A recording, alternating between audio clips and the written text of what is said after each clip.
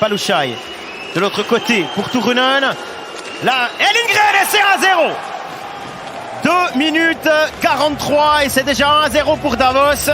C'est parti, on vous l'a dit, à 100 à l'heure. Et le box-play lausannois n'aura pas tenu longtemps, puisqu'après 13 secondes de power-play, Nygren débloque son compteur but cette saison et offre un but d'avance. Et l'assist ira à Enzo Corvi. De l'autre côté pour Turunen. Là, et Lindgren et c'est 1-0. 2 minutes 43 et c'est déjà 1-0 pour Davos. C'est parti, on vous l'a dit, à 100 à l'heure. Et le box-play lausannois n'aura pas tenu longtemps, puisqu'après 13 secondes de power-play, Nygren débloque son compteur but cette saison et offre un but d'avance. Et l'assist ira à Enzo Corvi.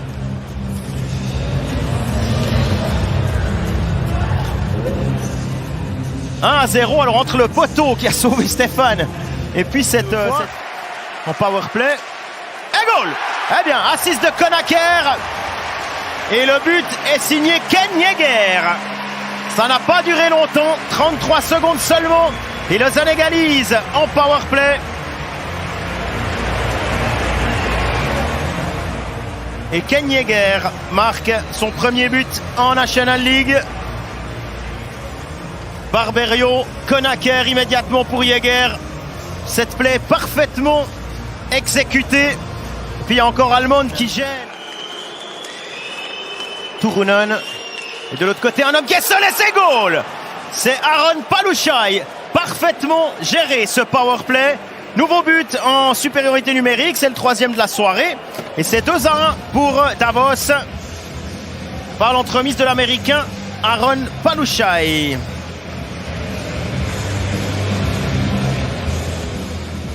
Alors, c'est Turunen qui fait cette passe.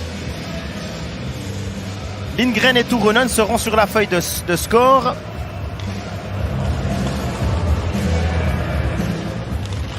Et on trouve Malguin.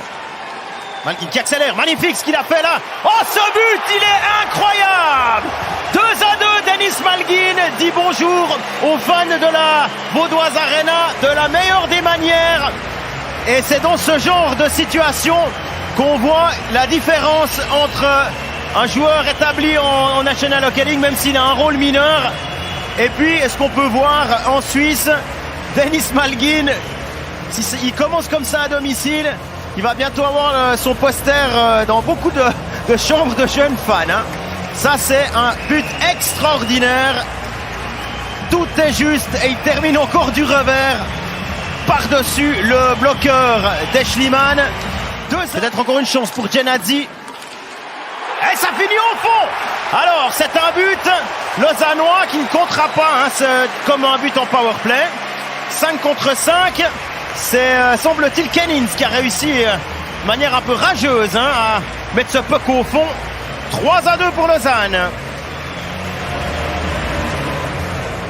Kennings. Alors on voit le premier tir de Genadzi. Ouais, c'est bien Kennings qui arrive en complet déséquilibre. Il est en train de tomber, mais Baumgartner. Trouvé Gibbon. C'est goal! Alors ça, celui-là, il est pour Eschliman, c'est certain. Hein, parce qu'alors, un tir du revers qui est pris depuis presque le point le plus extérieur du rond d'engagement. C'est rarement au fond, mais enfin, tant mieux pour Lausanne. 4-2, un but pour Gibbons, c'est bon pour la confiance. On va revoir. Ça c'est Gibbons, ouais, il est clairement dans un angle impossible. Ouais, là Eschliman, il le sait. Hein. Au moment où il voit ce puck entrer, il sait ce but est pour lui. Il a attendu que tout le monde se couche. Et Meyer!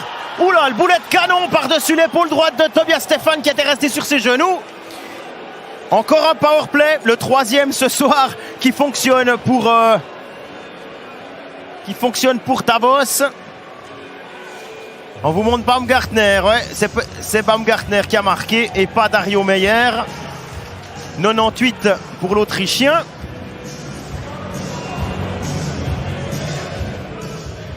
On va revoir hein, ce puck qui lui revient et là, sans se poser de questions, au poteau rapproché par-dessus.